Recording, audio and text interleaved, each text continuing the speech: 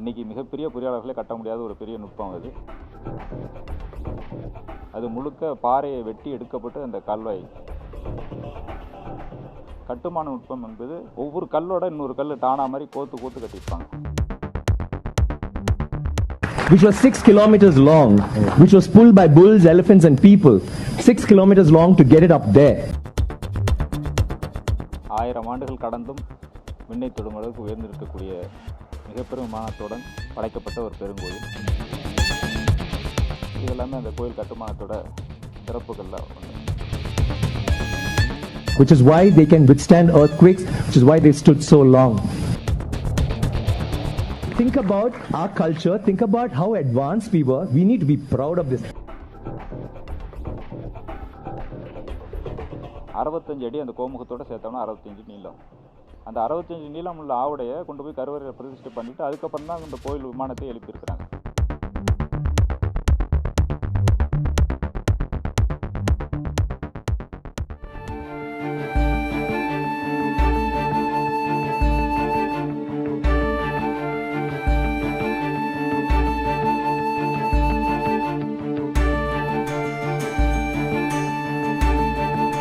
Do we know that? We all go to the pyramids, we go see the Leaning Tower of Pisa.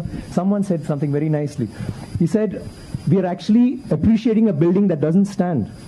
It's falling over and wow, let's take a picture, let's take a selfie, and we're getting excited. But we have temples today that stand and they didn't use plaster. Do you know that for this particular stone, they had to use a ramp, which was 6 kilometers long, which was pulled by bulls, elephants and people. 6 kilometers long to get it up there, without any machinery, without any cranes, without anything. And they didn't have plaster. It's withstood 6 earthquakes. You know what happens when an earthquake comes? Without plaster. What they have done is they have an outer wall. Then inside that they have a corridor of 6 feet, which is an open, just a corridor. And then they have another structure inside which goes all the way to the top, which is why they can withstand earthquakes, which is why they stood so long. So these are all things that we need to know about. This particular king has built 5,000 dams in his time, and he's made a water management ministry in that time. He's had elections for the village leaders. He's asked them to name cities after women. Why should it only be men?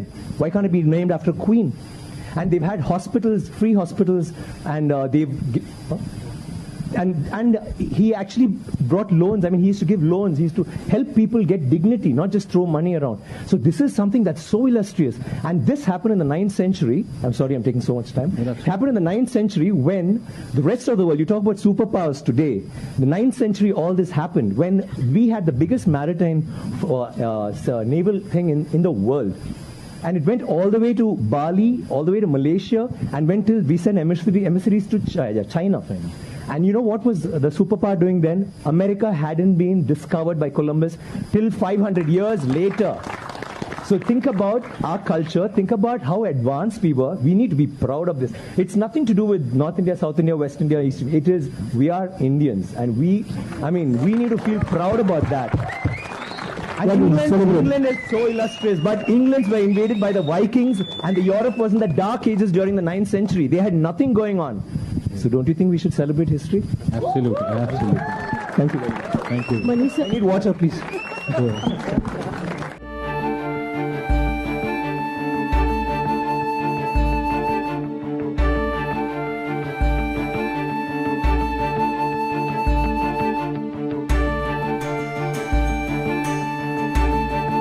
Thanjavur என்றாலே பெருமைக்குரியது தஞ்சை பெரிய கோயில்.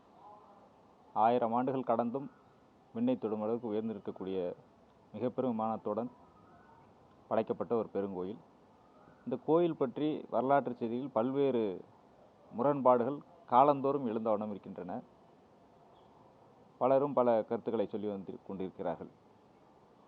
இந்த பெரிய கோயில் கட்டுமானம் என்பது தமிழர்களுடைய உச்சபட்ச அறிவின் ஒரு வெளிப்பாடு, மிகச்சிறந்த பொறியியல் தொழில்நுட்பம். அவையெல்லாம் தாண்டி நிலவியல் அறிவு, ஒரு எந்த இடத்துல கட்டுமானத்தை கட்டினா சரியாக இருக்கும் அப்படிங்கிறத ரொம்ப துல்லியமாக ஆய்வு செஞ்சுருக்கிறாங்க. அந்த வகையில் பார்க்கும்போது பெரிய கோயிலை ஒட்டி நீங்கள் இன்றைக்கி பார்த்தீங்கன்னா புதாறு கல்லணை கால்வாய் ஒன்று ஓடிட்டுருக்கோம். அது முழுக்க பாறையை வெட்டி எடுக்கப்பட்டு அந்த கால்வாய் மேட்டூர் திட்டத்தப்போ கொண்டு வந்த ஒரு கால்வாய். அப்போ ஒரு பாறை பகுதி, அடிப்பகுதி, நிலப்பகுதி வந்து பாறை சார்ந்த ஒரு பகுதியில் அந்த கோயிலை கட்டுமானத்துக்கு சரியான இடமா நிலத்தை தேர்வு செஞ்சு மிகப்பெரிய வெற்றி அந்த கோயில் அமைவிடத்திற்கு. பெரிய கோயிலுக்கு கீழே நீண்ட தொலைவிற்கு கடுமையான பாறைகள் உண்டு. அதுலேயும் குறிப்பாக ஒரு டன் எவ்வளோ வெயிட்டு தாங்கும், இவ்வளோ டன் ஒரு சதுரடியில் எவ்வளோ வெயிட்டு தாங்குங்கிற மெஷர்மெண்ட்டெல்லாம் அந்த கணக்கு அளவீடுகள்லாம் பார்த்து தான் பண்ணியிருக்கிறாங்க. அளவீடுகளில் மிக துல்லியமான அளவீடுகள் தமிழர்கள் பயன்படுத்தினாங்க. அதனால் அது எவ்வளோ வெயிட்டு தாங்கும் ஒரு சதுரடிக்கு, அதில் ஒரு பாதி அளவு வெயிட்டு தான் கொடுத்து அந்த கோயிலை கட்டியிருக்கிறாங்க. இதையும் தாண்டி பெரிய கோயில் சிவன் இருக்கக்கூடிய அந்த கருவறை என்பது சதுரம் என்பது மிகச் சரியான சதுரம். இந்த பக்கம் அந்த பக்கம் நகருதுன்னு இல்லை. இன்றைக்கி மிகப்பெரிய பொறியாளர்களே கட்ட முடியாத ஒரு பெரிய நுட்பம் அது. அதை ஒரு 20 ஆண்டுகளுக்கு முன்னாடி பிரான்ஸ்லேருந்து மிகப்பெரிய பொறியாளர், அந்த நாட்டு பொறியாளர் ஆய்வு செஞ்சு அறிவியல் அடிப்படையில் ஆய்வு செய்யும்போது ஒரு மில்லி அளவு கூட நகராமல் பண்ணியிருக்கிறது மிகப்பெரிய ஆச்சரியம் அப்படின்னு பெருமைப்பட்டார். அந்தளவுக்கு சிறப்பு அந்த கோயிலுக்கு உண்டு. இந்த கோயிலுக்கு கருவறையை சுற்றி இருக்கக்கூடிய 4 புற சுவர்கள் ஒரு பக்கம் 9 அடி அகலம், இன்னொரு பக்கம் 11 அடி அகலம். இது ரெண்டுக்கும் இடைப்பட்ட பகுதி ஒரு 6 அடி கேப், இடைவெளி, அதாவது ஃப்ரீ பேஸ், அதை விட்டுட்டு தான் கட்டியிருக்கிறாங்க. இந்த 2 புறச்சுவர்களும் ஒரு 30 அடி உயரத்தில் போய் ஒன்றோட ஒன்று சேர்த்து அதன் மேலே அந்த ஒட்டுமொத்த விமானமும் ஒரு டம்ளரை கவுத்து வச்சா எப்படி இருக்குமோ அதே போல் இருக்குது. உள்கூடாக இருக்கும். அதாவது பறவெளி அப்படிங்கிறது கடவுள் தத்துவம். அந்த மாதிரி இருக்கக்கூடிய ஒரு அமைப்பு மிகச்சிறந்த ஒரு அமைப்பு. இந்த பெரிய கோயிலை பற்றி பல கட்டுக்கதைகள் உருவாகிட்டு இருக்கு. சொல்லிப்படக்கூடிய செய்திகள் நிறைய உண்டு. நிழல் சாயாத கோபுரம் என்பது அதெல்லாமே வரலாற்றில் தவறான தகவல். இப்போ நீங்கள் எப்போ போனாலுமே நிழல் சாயறத படம் எடுக்கலாம், காலை மாலையில் எடுக்கலாம். அது இயற்கைக்கு புறம்பான ஒரு தகவல் அது. அதே மாதிரி அந்த கட்டுமான நுட்பம் என்பது ஒவ்வொரு கல்லோட இன்னொரு கல் டானா மாதிரி கோத்து கட்டியிருப்பாங்க. வேறு இரும்பு, மரம், சுண்ணாம்பு இது போல் எந்த பயன்பாடும் இல்லாமல் அந்த கல் ஒன்றோட ஒன்று பிணைஞ்ச மாதிரி டானா மாதிரி கோத்து கொண்டு போயிருக்காங்க. அதுவும் ஒரு கிளாஸை கவுத்து வச்சா எப்படி இருக்கும் அது மாதிரி உள்கூடோட அந்த அமைப்பு இருக்கும். அதை பார்க்கும்போது நமக்கு ஒரு மிகப்பெரிய ஆச்சரியமாக இருக்கும். சதுரமாக அப்படியே போயிட்டு மேலே போகும்போது அப்படியே ரவுண்டாகி மேலே கலசத்துக்கு போகும்போது ஒரு சின்ன ஒரு குமிழில் போய் நிற்கும்.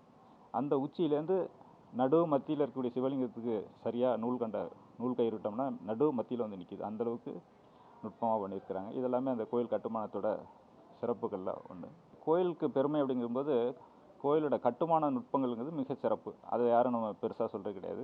அந்த நிலைக்கால்கள், ராஜராஜன் திருவாயில், கேரளான் திருவாயில் அப்படிங்கிற 2 திருவாயில்களுக்கு இடையில் இருக்கக்கூடிய அந்த நிலைக்கால்களே 40 அடி உயரம் உள்ள ஒரே கல்லாலான 2 தூண் நிலைக்கால்கள் வச்சுருப்பாங்க. இதெல்லாமே கற்களே இல்லாத ஒரு பகுதியில் சற்றப்போ ஒரு 60-70 கிலோமீட்டர் தாண்டி அங்கேருந்து கல்லை கொண்டு வந்து செஞ்சுருக்கலாம், பெரிய விஷயம்.